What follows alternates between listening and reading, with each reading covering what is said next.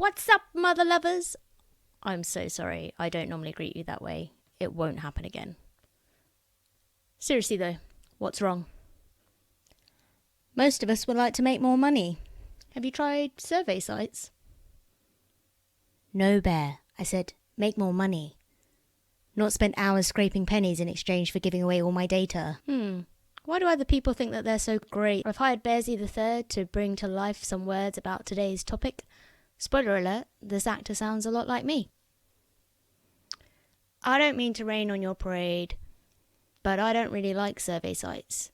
So let's see what they say. If the background behind me looks crooked, you're probably right. Here's why Prolific comes recommended as the best survey site. Prolific lets you complete more academic surveys, such as thoughts, feelings, and reactions. Other survey sites and apps are usually opinions about technology, food, other areas of consumer spending. The surveys are generally university research, so if you'd rather help a student or a researcher than a company with their marketing, then there's that plus in the box. You can be screened out if you take too long, but they usually overestimate the time that you need to complete a survey anyway. The main thing that you're interested in is what it pays. Prolific suggests that researchers pay participants at least £5 per hour. That would be 83p for 10 minutes of your time. Obviously, if you manage to complete a 20-minute survey in half the time while still giving honest and thoughtful answers, then you will scrape slightly more pennies than the next person taking a survey. When deciding whether a survey site is worth your time,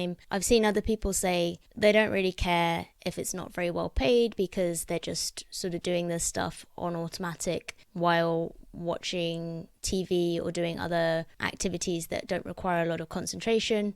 Perhaps this is why I've never really got into survey sites, because I'm more likely to be making something for you than watching television. If I am watching television, I'm usually very actively taking notes because I want to learn something about storytelling or just something about the world that's going to change the way that I live. But if you do have a lot of spare time where you're just vegging, then I can see why you wouldn't have a problem with sitting there with the Prolific site open, just hitting refresh and hoping that surveys come up that evening. When choosing whether something is the best survey site, then I guess it depends on what your boredom threshold is, whether you actually find helping these researchers out interesting. Some survey sites will let you complete surveys on your mobile phone if you prefer that. Ideally, you don't want to be getting constantly screened out of any surveys you take, especially if there's no incentive to be screened out. The anecdotes on Prolific is that the rewards actually add up quite quickly if you are using the site casually on a regular basis. You can then withdraw the money into your PayPal. They have a good line of contact with the researcher. If you have any problems with your participation or payment, it's always worth checking whether a survey site has a referral program too. The disadvantages of Prolific: the minimum payout threshold is £5, so some users would reach that quicker than others. You should always look out for fees too, if a site takes a cut for you withdrawing any of your money. Most of the time you're going to find that you need a laptop or a desktop in order to do surveys. To get paid by Prolific specifically, the researcher has to approve your participation.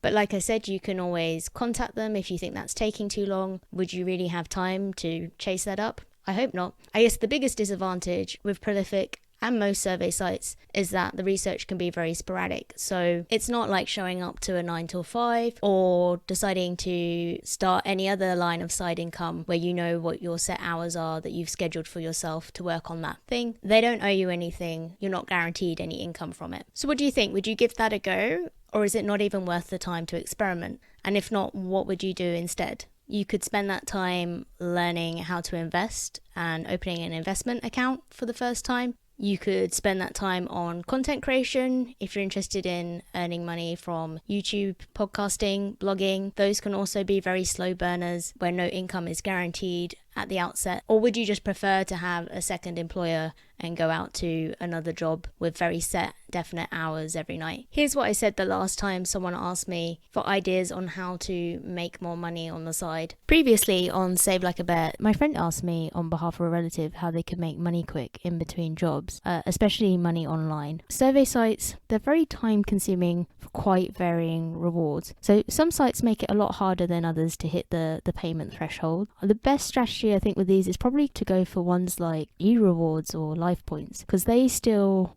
give you points if you screen out.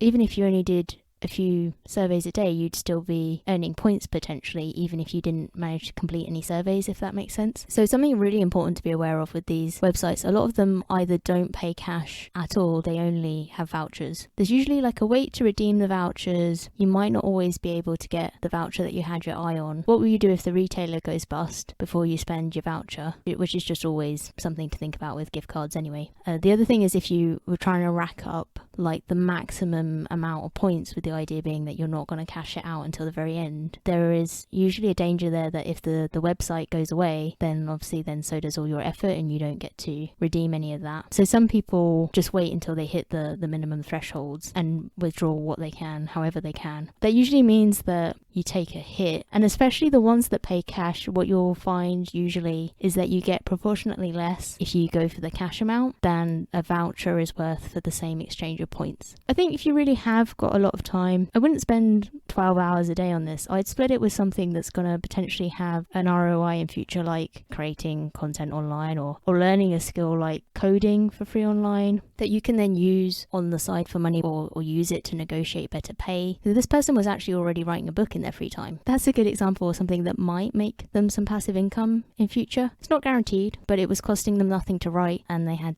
time to do it. Plus it's fulfilling in other ways, which can also impact your finances. What did I suggest instead? This person is legally qualified. They're used to earning a lot of money. What I actually suggested was they target high ticket offerings like freelance legal services and consulting, maybe through something like Clarity, or they could do it through Zoom. Also, this person, they went to a prestigious university. So I suggested they get in touch maybe through alumni with parents willing to pay for tuition for their kids who are hoping to apply to go to the same university, or offering things like reviewing their application or helping them with interview answers. And this person also turned out to have a TEFL qualification. They could sell tutoring packages online and teach English if they want as a foreign language. Again, I'm not an advisor. They could think about investing if they weren't already. Now, apart from things like free trade, where you get a free share rickety tick that you can then withdraw or reinvest right away, this goes back to what you could do now. It won't earn you money in the short term, but it'd be a good idea to cushion yourself in case this happens again. If you're thinking about writing a book in case it earns you money in future, maybe do some research into investing as well. Let's see what they decide to do, shall we?